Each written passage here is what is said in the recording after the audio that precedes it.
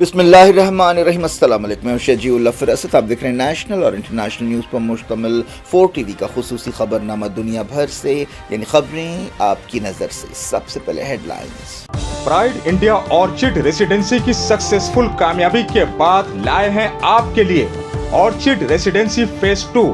بالاپور میں فلی development gated community سے جڑا وینچر، جس میں چلڈرنز پارک، لینڈسکیپ گارڈنز اور مسجد جیسے بے شمار ایمینٹیز کے ساتھ اوپن پلاٹس دستیاب ہیں۔ سنتوش نگر سے صرف 10 منٹ کے فاصلے پر Orchard Residency phase 2، where life comes alive. 7680888746 90145088878۔ Tome International School, Cambridge, IGCSE curriculum for nursery to grade 9. Highly qualified and dedicated teachers who intensively work on your child's better future. At Tome International School, academic subjects and extracurricular activities complements each other to develop socially skilled and handling students. Secure CCTV surveillance in all over campus. Safe transport facility available. Free admissions for first 50 students. Tome International School, learning today, leading tomorrow. Shali Banda, Khilwat Road, Hyderabad. Academic Heights Public School believes that the better future lies where children can learn themselves. Academic subjects and extracurricular activities. We encourage children to think independently and develop their own dreams. Montessori Lab, digital teaching system. CBSE syllabus with international standards. Well-qualified teachers. Art and self-reliant activities. Spacious play area for kids. Admissions are open. Academic Heights Public School, Shamsherganj, Malakpet, Charminar and Dilsukh Nagar.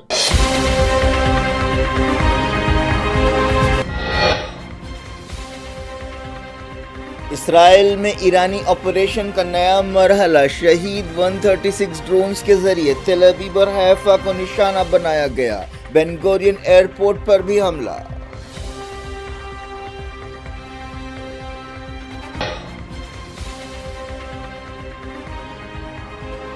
Tehran اور شیراز میں اسرائیلی کارروائیاں۔ Isfahan میں nuclear site کو دوسری بار target کیا گیا، جملہ ہلاکتیں 400 ہو گئیں۔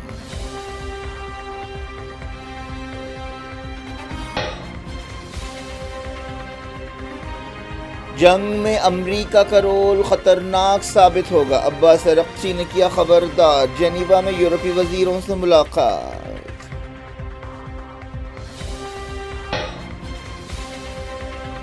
ایران کے سیلف ڈیفنس رائٹ کی تائید کرتے ہیں۔ اسرائیلی حملوں کا مقصد نیوکلیئر بات چیت کو سبوتاژ کرنا ہے، OIC سے طیب اردوان کا خطاب۔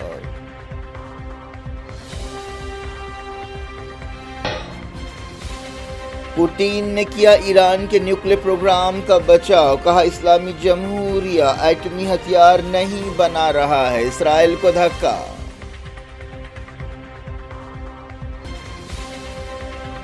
GCC سفیروں نے IAEA چیف سے کی ملاقات، نیوکلیئر سائٹس پر حملوں پر کیا فکر مندی کا اظہار۔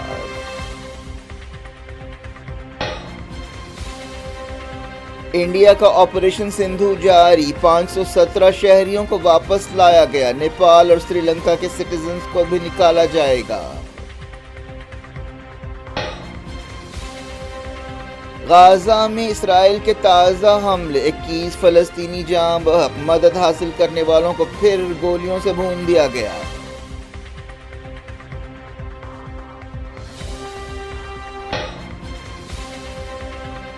پاکستان ڈونلڈ ٹرمپ کو نوبل انعام کے لیے نامینیٹ کرے گا، اسلام آباد نے جنگ بندی پر انڈیا کے بیانیے کو رد کر دیا۔